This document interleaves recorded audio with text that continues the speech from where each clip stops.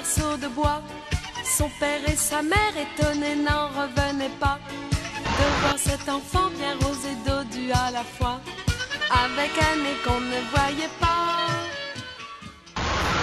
Les petits enfants de la patrie. Bienvenue aux chroniques d'ADBK. Sujet d'aujourd'hui. Najat, sois gentille et mets-toi à poil.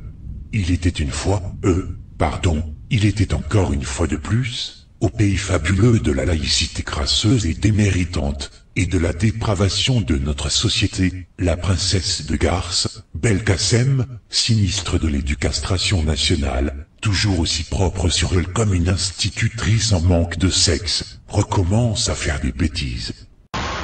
Lorsque le Premier ministre a fait le choix de s'attaquer à Dieudonné et de faire en sorte que ces spectacles soient interdits, c'est vrai que je m'étais fait la réflexion qu'il avait été assez seul dans ce combat et qu'on aurait sans doute dû être plus nombreux derrière lui, plus forts, y compris, je ne parle pas simplement des responsables politiques, mais de la société civile, des intellectuels.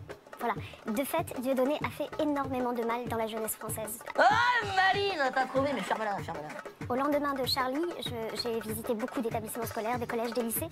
J'ai été frappée de voir à quel point ce discours sur le deux poids deux mesures, pourquoi est-ce qu'on permet la liberté de la presse et d'expression à Charlie et pas à Dieudonné, ce discours finalement était présent dans les esprits des enfants et qu'il en venait finalement à, à faire perdre toute notion de hiérarchie des valeurs.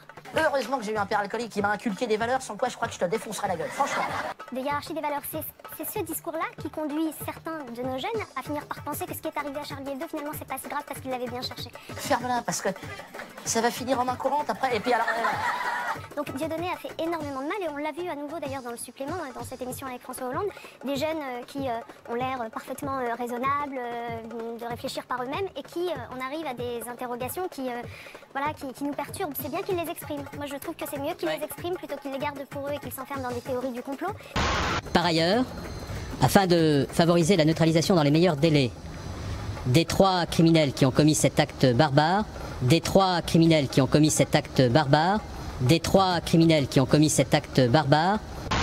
mais maintenant qu'ils les expriment, à nous de leur répondre aussi que le racisme, l'antisémitisme, l'apologie du terrorisme, ce sont des délits et pas des opinions. À nous de les aider à faire la différence entre ce qui relève de la liberté d'opinion et ce qui relève du délit. Qui a violé un certain nombre d'enfants et qu'on avait malheureusement laissé exercer ses fonctions depuis plusieurs années alors même qu'il avait été condamné en 2008 pour détention d'images pédopornographiques. Il s'est avéré que de fait cette condamnation judiciaire n'avait pas été transmise au service de l'éducation nationale, ce qui a permis qu'il passe entre les mailles du filet. C'est absolument intolérable. Suceuse de mésaventures laïques et pédophiles, pompeuse de gens foutres, menteuse de haut niveau, la princesse Belkacem a le pied au plancher, crachant à la gueule de la bête immonde, afin de le rendre responsable de tous les crimes des cours de récréation, dont la déflagration de la jeunesse d'aujourd'hui. La petite Najat enchaîne connerie sur connerie, comme une polissonne, qui suce son crayon de papier, afin de faire fantasmer les petits branleurs gauchias, à s'imaginer être une gomme.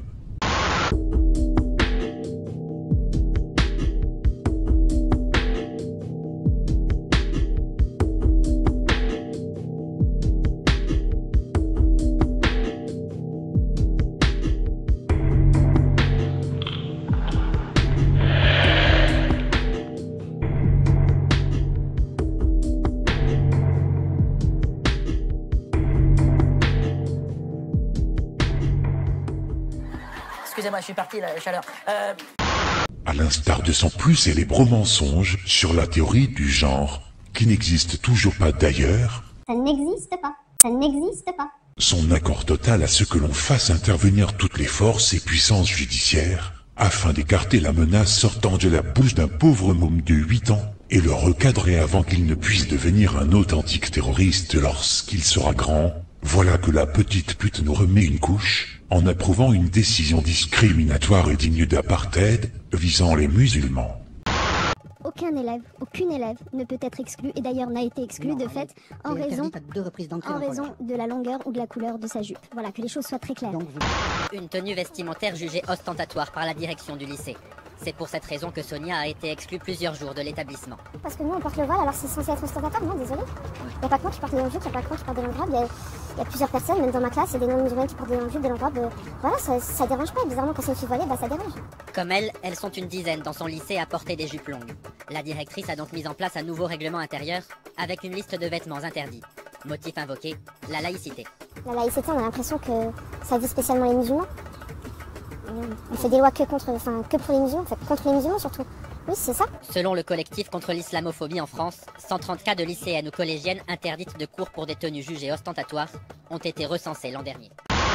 Une jeune musulmane a été expulsée de son collège à 2 reprises car elle portait une jupe longue jugée ostentatoire. Une nouvelle dérive de la loi interdisant les jeunes filles voilées à l'école qui provoque la colère des parents. Sarah est une élève sans problème. Âgée de 15 ans, elle est en classe de 3e et passe le brevet dans 2 mois. Malheureusement, la direction du collège de Léo Lagrange, à la ronde coulure, a décidé de faire de la jupe de la jeune fille son combat pour la défense de la laïcité. On en parlait dès hier, une adolescente a été interdite mi-avril, interdite de cours dans son lycée de Charleville-Mézières à cause d'une longue jupe noire. La proviseure a jugé que cette jupe était un signe religieux ostentatoire. Côté politique, on réagit comment, Apolline? C'est l'embarras. L'embarras à tous les étages. Officiellement, il n'y a pas eu une seule réaction, mais évidemment, ça s'ajoute à toutes les polémiques récentes sur les contours de l'interprétation de la laïcité. On connaissait la jupe trop courte, et maintenant, il y a donc la jupe trop longue. Et revenons aux fondamentaux. Que dit la loi? La loi de 2004 qui interdit dans les écoles, collèges et lycées publics, je cite, le port de signes ou tenues par laquelle les élèves manifestent ostensiblement une appartenance religieuse. Ça visait évidemment principalement le port du voile. Le problème, c'est donc l'interprétation de la loi, le flottement. Et on a l'impression que depuis des semaines, la laïcité, c'est plus une notion gravée dans le marbre, c'est devenu un combat et quasiment même un combat individuel. Le 16 et 25 avril, la principale hystérique de ce collège de merde, Maryse Dubois, a renvoyé Sarah chez elle car elle estimait que sa jupe noire était trop longue et ne respectait pas la loi sur la laïcité à l'école. Un excès de zèle islamophobe qui démontre à nouveau les travers de la loi de 2004 contre le port du voile à l'école. L'adolescente de 15 ans ne sait plus quoi faire et s'explique comme elle peut pour démontrer qu'il n'y a rien de religieux dans sa tenue, mais rien à faire. L'hystérie laïcarde a pris le dessus dans une France qui a lancé depuis 10 ans une chasse à la religieuse musulmane. Tous les matins avant d'entrer au collège, elle enlève son voile parce qu'elle n'en a pas le droit à l'intérieur. Quant à la jupe, elle l'avait achetée chez Kiabi pour 2 €.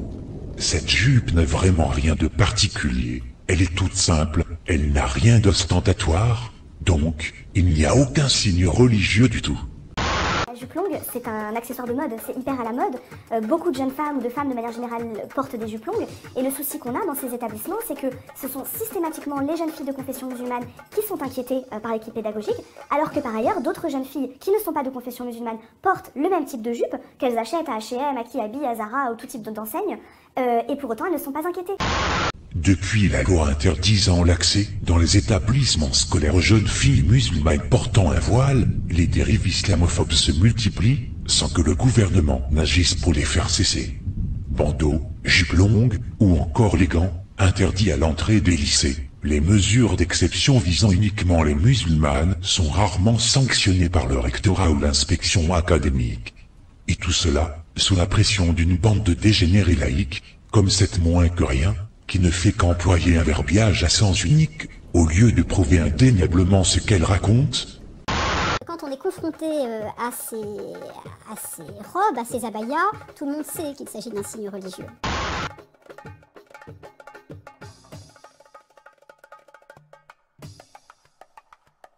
Voilà. Alors après on peut argoter, dire ah bah oui mais c'est pas tout à fait une robe, etc.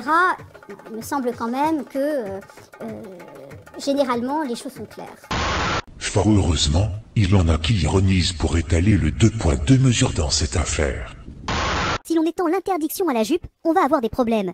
Une jupe lissée bleu marine n'est-elle pas toujours un signe d'appartenance à la religion catholique ? Au lycée, les garçons se laissent souvent pousser la barbe, et pour certains c'est un signe d'appartenance religieuse.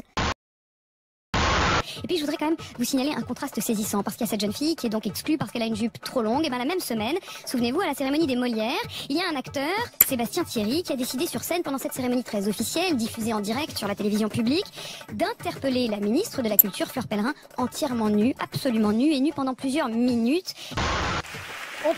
On peut faire du théâtre sans costume, sans costumière, n'est-ce pas, apparemment. Mais pas sans auteur. Pourquoi cette discrimination? Je sais pas, pourquoi? Parce qu'on est laid physiquement, c'est ça? Ben, je sais pas, madame la ministre. Je vous dégoûte. La ministre a beaucoup ri, et toute la salle, personnalité des médias, personnalité du spectacle, personnalité de la culture, a aussi beaucoup ri. On peut être nu, mais pas porter une jupe trop longue. Mais le pire est qu'elles sont souvent étouffées et même encouragées, comme l'a encore montré encore une fois notre petite vipère de service. La réalité de ce qui s'est passé dans cet établissement scolaire, c'est que l'équipe pédagogique a fait preuve du discernement, qu'on attend d'ailleurs d'elle, pour juger du caractère prosélyte ou pas, non pas de la tenue, mais de l'attitude de l'élève. Tu vois ma grande, je te recommanderais une seule chose. Fous-toi à poil, monte sur une table d'écolière, bouge-toi les miches, remue ton cul, prends un stylo et suce-le. Serait-ce possible? Non? Alors ferme ta gueule, va te trouver un taf pour te recycler, et fais pas chier. Sinon, ce sera la maison close. Compris? Ne parlons pas de l'autre charognard du juif, au sommet de sa bêtise, Éric Ciotti, l'un des deux connards de la même communauté, qui avait approuvé le déploiement de force autour du petit Ahmed sur l'ancienne polémique pour apologie du terrorisme. Avec toute la communauté éducative, du recteur en passant par l'inspecteur d'académie, aux enseignants, tout le monde a pris cette décision qui s'inscrit dans une forme de provocation, puisque cette élève avait déjà été 2 fois rappelée à l'ordre. Elle venait avec d'autres jeunes filles qui ont toutes porté cette jupe, ces jupes longues. Ces jupes longues, ce sont aujourd'hui, très clairement, il ne faut pas se cacher derrière le politiquement correct, c'est le signe d'une expression religieuse. Quand un enfant de 8 ans, qui naturellement ne mesure pas la portée de ses propos, dit qu'il faut tuer des Français, que les terroristes ont eu raison, c'est que manifestement, il a entendu quelque part ces propos. Et donc il peut être dans un environnement qui est dangereux pour lui et qui est dangereux pour notre société. Donc à tout le moins, c'est ce que j'avais demandé à la ministre de l'Éducation nationale, il faut que ces actes soient portés à la connaissance des services de la protection de l'enfance et de l'autorité judiciaire pour qu'on aille regarder le contexte familial et qu'on aille demander des comptes, oui, à la famille, parce que naturellement, à 8 ans, c'est pas tout seul qu'il a inventé ça. Sauf que, en dehors de l'école, on se permet d'user des mêmes excès, si on peut dire, mais sans que personne ne remarque un signe religieux quelconque. En vérité, il faut soit porter le voile pour que cela se remarque. Donc, c'est bien de l'islamophobie, point à la ligne. Ainsi, l'instrumentalisation de la laïcité, visant à bannir la visibilité des musulmans dans l'espace public, continue son chemin sans qu'aucun ministère ou palais de justice ne soit capable de faire cesser cet abus.